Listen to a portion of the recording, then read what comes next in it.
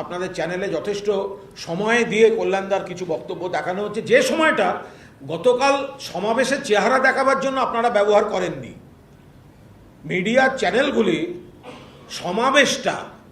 সমাবেশের যে আকৃতিটা ছিল মমতা বন্দ্যোপাধ্যায়ের সমাবেশের, সেই আকৃতি, সেই ছবিটা দেখাতে আপনারা যে সময়টা ব্যবহার করেননি, আজকে কল্যাণদার কিছু কিছু বক্তব্য নিয়ে আপনাদের সেগুলো দেখাবার অনেক সময় আছে। আমি আপনাদের বলি, কল্যাণদা একজন সিনিয়র সাংসদ, বিশিষ্ট আইনজীবী, মমতা বন্দ্যোপাধ্যায়ের দীর্ঘ দিনের সৈনিক। কল্যাণদার বক্তব্যের উপর আমি বাড়তি কোনো কথা বলবো না। কল্যাণদা কিন্তু একটা কথা বলেছেন, বাকিটা ওনার কখনো কোনো জায়গায় কোনো বক্তব্য কোনো কিছু মনে হলে, আর যারা মমতা দি আর কল্যাণদার মধ্যে ঢুকতে চাইবে কোনো একটা দুটো সংলাপ নিয়ে, অকারণ ঢুকছেন। দুদিন বাদে দেখবেন কল্যাণ বন্দ্যোপাধ্যায় মমতা বন্দ্যোপাধ্যায়ের পাশেই আছেন। একটা সাদা কাগজ দিন, সাদা কাগজ কেউ দিন, আমি সই করে দিচ্ছি। কল্যাণ বন্দ্যোপাধ্যায় মমতা বন্দ্যোপাধ্যায়কে ছেড়ে যাবেন না।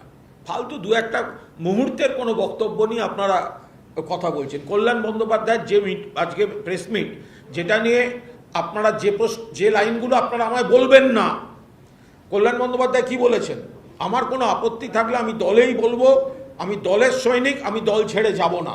দুই, কল্যাণ বন্দ্যোপাধ্যায় আর একটা কথা বলেছেন, ওই 60 জন আর 20 জনের মধ্যে আমাকে ধরবেন না, অর্থাৎ বেঈমানদের মধ্যে আমাকে ধরবেন না। ফলে বাকি কল্যাণদার কোনো উক্তি নিয়ে কোনো মন্তব্য করব না। কোন তাৎক্ষণিকতা, একজন পুরনো সৈনিক, সিনিয়র মানুষ কি বলেছেন, তার বাইরে বলা ঠিক হয়েছে কি ঠিক হয়নি, এগুলো সব ঘরের সমস্যা।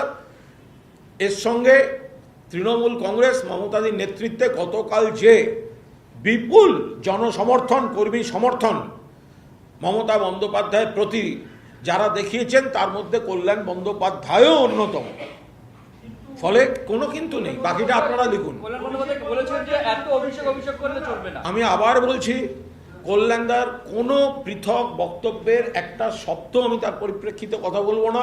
তার কারণ, মমতা বন্দ্যোপাধ্যায় এবং বন্দ্যোপাধ্যায় পরিবারের সঙ্গে কল্যাণদার যে পুরনো সম্পর্ক, তৃণমূলের সঙ্গে পুরনো সম্পর্ক, তার মধ্যে কখন কোন দিন কার কোন মুডে কে কি বলেছেন, বাইরে কিছু বলা ঠিক হয়েছে কি হয়নি, কখন মানুষের কোন মুহূর্তে, দিনের শেষের কথা হচ্ছে তিনি বলেছেন, আমি ওই 60 আর 20 জনের মধ্যে নেই, আমি তৃণমূলের সঙ্গে ছিলাম, মমতাদির সঙ্গে ছিলাম, মমতাদির সঙ্গেই থাকবো। এবার আপনারা এক একটা লাইন খুঁজে বার যতই আমায় তুলে বলবেন, আমার উত্তর একটাই বেরোবে।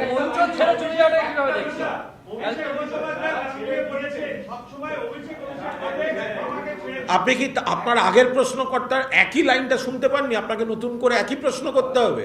আমি আগের উত্তর যেটা দিয়েছি ওইটা কেটে আপনার প্রশ্নের উত্তরের সঙ্গে পেস্ট করে নিন। কালকে মঞ্চ ছেড়ে চলে যাবে কিভাবে দেখছেন?